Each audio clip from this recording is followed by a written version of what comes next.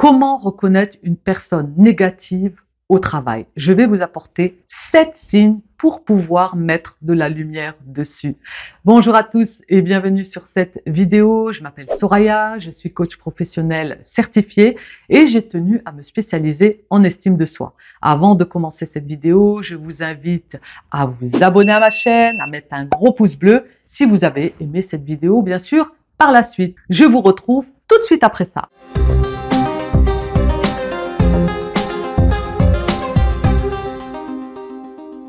Les 7 signes pour reconnaître cette personne négative au travail. Pour quelle raison j'ai fait cette vidéo? Parce que j'ai eu pas mal de retours sur la série de vidéos que j'ai postées sur la jalousie. Et souvent, on me demande, mais comment reconnaître une personne toxique, négative, jalouse, envieuse? Si vous voulez, un petit peu, ce profil de personne va se retrouver à travers des personnes manipulatrices, des personnes jalouses, des personnes envieuses, des personnes toxiques. Donc là, en l'occurrence, nous parlons d'une personne qui est négative. On n'est pas allé dans les profondeurs pour savoir quel type de personne elle est véritablement, donc la personne, elle.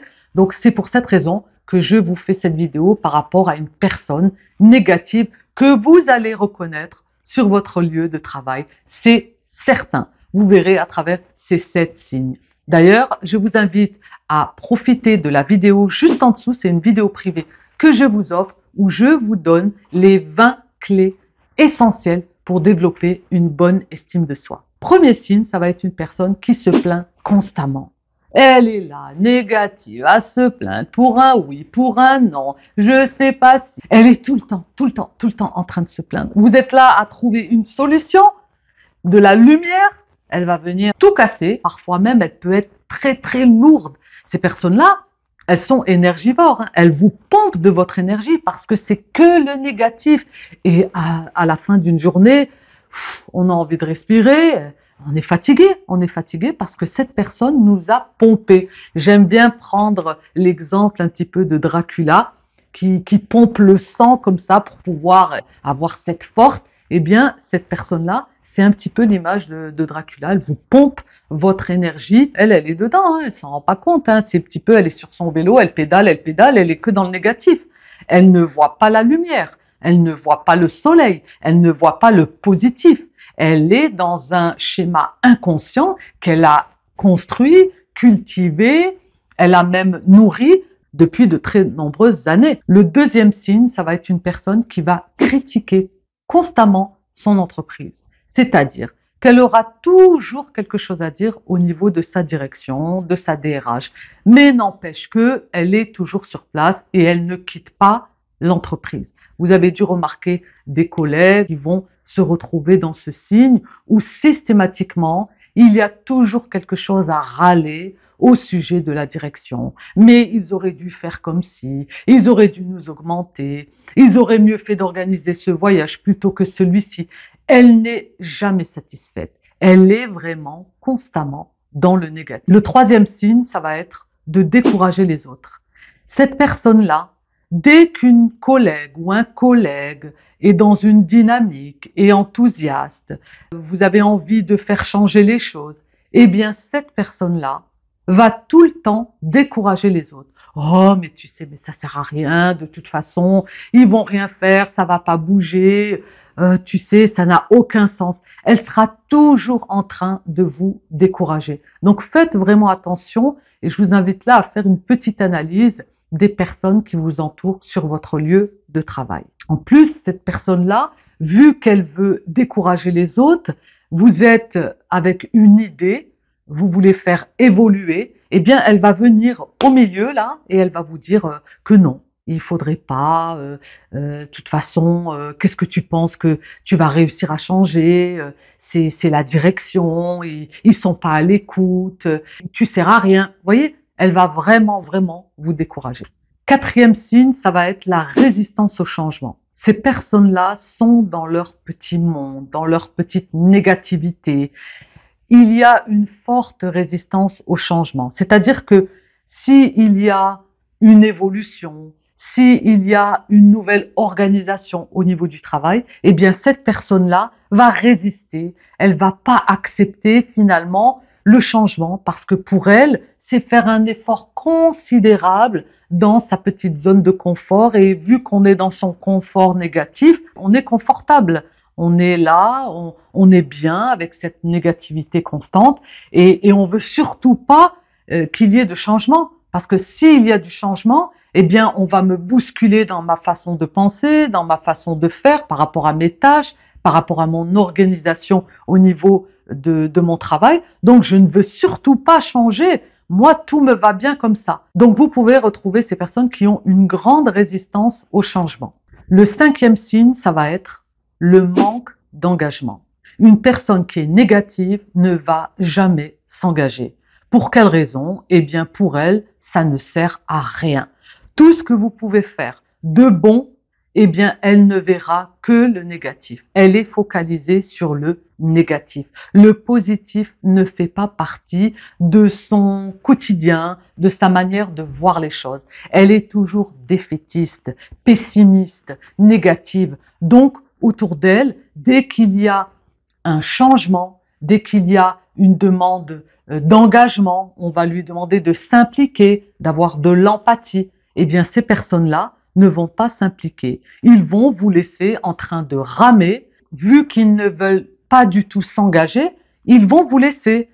Si vous voulez un petit peu le travail en équipe, c'est pas leur tasse de thé. Ils vont toujours essayer de trouver ou de déjouer et mettre en place des stratagèmes pour éviter de se retrouver dans une équipe où chacun va donner son point de vue, où il y a une dynamique, où il y a une énergie positive. C'est un confort pour cette personne, vu qu'elle est constamment dans le négatif. Donc, elle ne va pas s'engager, elle va choisir eh bien, la fuite, elle va choisir de la diversion. En aucun cas, il y aura un engagement de sa part. L'absence aussi, vous pourrez retrouver donc la fuite, à travers la fuite, il y a l'absence aussi, c'est en aucun cas je m'implique. Et bien sûr, je ne vais pas me dévouer, surtout pas. On va ni s'impliquer, ni se dévouer quand on est face à une personne négative. Le sixième signe, ça va être la négativité constante. Elle ne voit que le négatif. Elle ne voit que le mauvais côté des choses. Vous allez arriver avec une solution, elle va trouver le problème. Vous arrivez avec des engagements, vous arrivez avec des nouvelles idées, elle va tout de suite voir le côté négatif. Mais non, tu penses bien que ça va pas marcher, mais tu sais bien que ça ne va servir à rien. Moi, de toute façon, je ne suis pas d'accord. Et puis, de toute façon, c'est perdu d'avance. Vous voyez, ce discours-là, vous avez sûrement une ou un collègue que vous allez retrouver parmi ces différents signes. Et il y a cette négativité constante parce que c'est un état d'être. C'est pas venu comme ça du jour au lendemain. C'est face à soi. Il y a derrière une éducation. Il y a derrière des schémas inconscients qui se répètent. Il y a derrière des émotions refoulées, il y a derrière des besoins à satisfaire, il y a également des peurs. Donc vous voyez là, il y a toute une analyse à faire en profondeur. Et ces personnes-là, bien sûr, c'est pas une partie de plaisir. Après, ils sont inconscients, c'est un schéma inconscient. On est dans les 95% inconscient, on est en pilote automatique. Donc cette négativité, elle fait partie d'eux au quotidien. On la retrouve là dans le domaine professionnel, mais elle fait partie du quotidien dans la vie personnelle. On voit que le mauvais côté des choses. Vous imaginez l'énergie négative qui est dépensée. Donc après, la personne, eh bien, elle est mal, elle est fatiguée, il y a un mal-être, il y a une souffrance profonde. Donc c'est pas une partie de plaisir pour ces personnes qui sont négatives.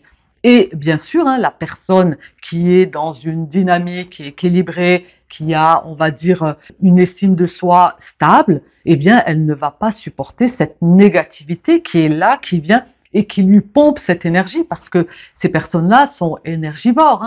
Ils vous pompent de votre énergie, de votre bien-être, de votre gentillesse, de votre joie. Vous arrivez au travail, vous êtes dans une bonne dynamique, vous avez bien dormi, vous avez passé un super week-end, vous arrivez le lundi matin, la personne collègue négative, elle va vous plomber l'ambiance. Après, bien sûr, il va falloir se préserver et se protéger. Le septième signe, ça va être l'impact sur le moral de l'équipe. Et oui, une personne qui est négative, eh bien, ça va être un tsunami de négativité autour d'elle et forcément, l'équipe peut être impactée. Si vous avez, on va dire, 9 personnes qui sont là, dévouées, dynamiques, vous avez une personne négative dans l'équipe, vous faites quelque chose en commun, eh bien, elle risque de vous plomber l'ambiance. Elle peut arriver vraiment à vous démotiver par sa négativité, qui est une énergie qui se dégage autour d'elle et on va dire que ça devient inconfortable